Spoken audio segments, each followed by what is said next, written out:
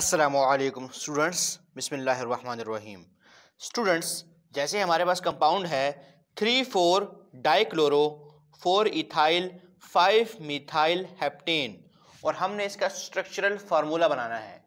तो याद रखें, स्ट्रक्चरल फार्मूला बनाने के लिए सबसे पहली चीज़ जो हम देखते हैं वो है पेरेंट चेन। तो इस कंपाउंड में हमारे पास पेरेंट चेन क्या है? हेप्टेन। हेप्ट का मतलब 7 और एन का मतलब carbon to carbon single bond. तो सबसे पहले हम पेरेंट चेन बना लेते हैं। 7 कार्बन वाली, 1 carbon, 2 carbon, 3 carbon, 4 carbon, 5 carbon, 6 carbon and 7 carbon. इसके बाद दूसरा काम यह है कि हम इस पेरेंट चेन को लेफ्ट या राइट साइड से नंबरिंग देते हैं। तो मैं इसको लेफ्ट साइड से दे देता हूं 1 2 3 4 5 6 7। नंबरिंग देने के बाद अब अगला काम जो है इस पेरेंट चेन पे सब्स्टिट्यूएंट्स लगाना। तो हम देख लेते हैं कौन कौन से सब्स्टिट्यूएंट्स हैं हमारे पास।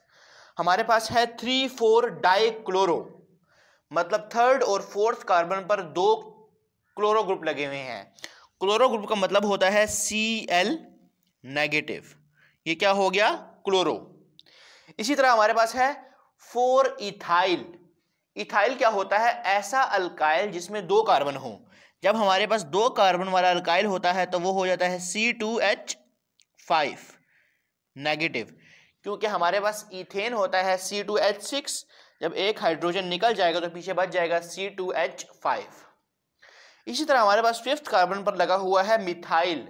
मिथाइल वो अल्काइल जिसमें 1 कार्बन हो। तो हमारे पास मिथाइल क्या हो जाएगा?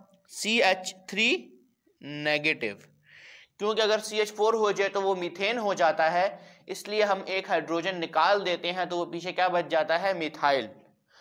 अब हम लगा लेते हैं सब्स्टिट्यूएंट्स। तो हमारे पास थर्ड कार्बन पर क्या है? क्लोरो। इसी तरह फोर्थ कार्बन पर भी हमारे पास क्लोरो। तो क्या हो गया? 3,4 डाइक्लोरो। फोर्थ कार्बन जो है हमारे पास उसी पर इथाइल भी लगा हुआ है, तो लगा लेते हैं फोर्थ कार्बन पर C2H5। और हमारे पास जो 5th कार्बन है उस पर क्या लगा हुआ है? मिथाइल, तो लगा लेते हैं CH3। अब हमारे पास हो गया है 3,4 डाइक्लोरो 4 इथाइल 5 मिथाइल। अब हमें हेप्टेन को कंप्लीट करने के लिए जो हमारे पास कार्बन्स हैं उनके हाइड्रोजन्स कंप्लीट करने हैं। तो हम हाइड्रोजन्स कंप्लीट कर लेते हैं। जो हमारे पास फर्स्ट कार्बन है उसका एक बॉन्ड बना हुआ है, तो 3 हाइड्रोजन साथ लगेंगे CH3। जो सेकंड कार्बन है उसके 2 बॉन्ड बने हुए हैं, तो 2 हाइड्रोजन, एक ऊपर और एक नीचे।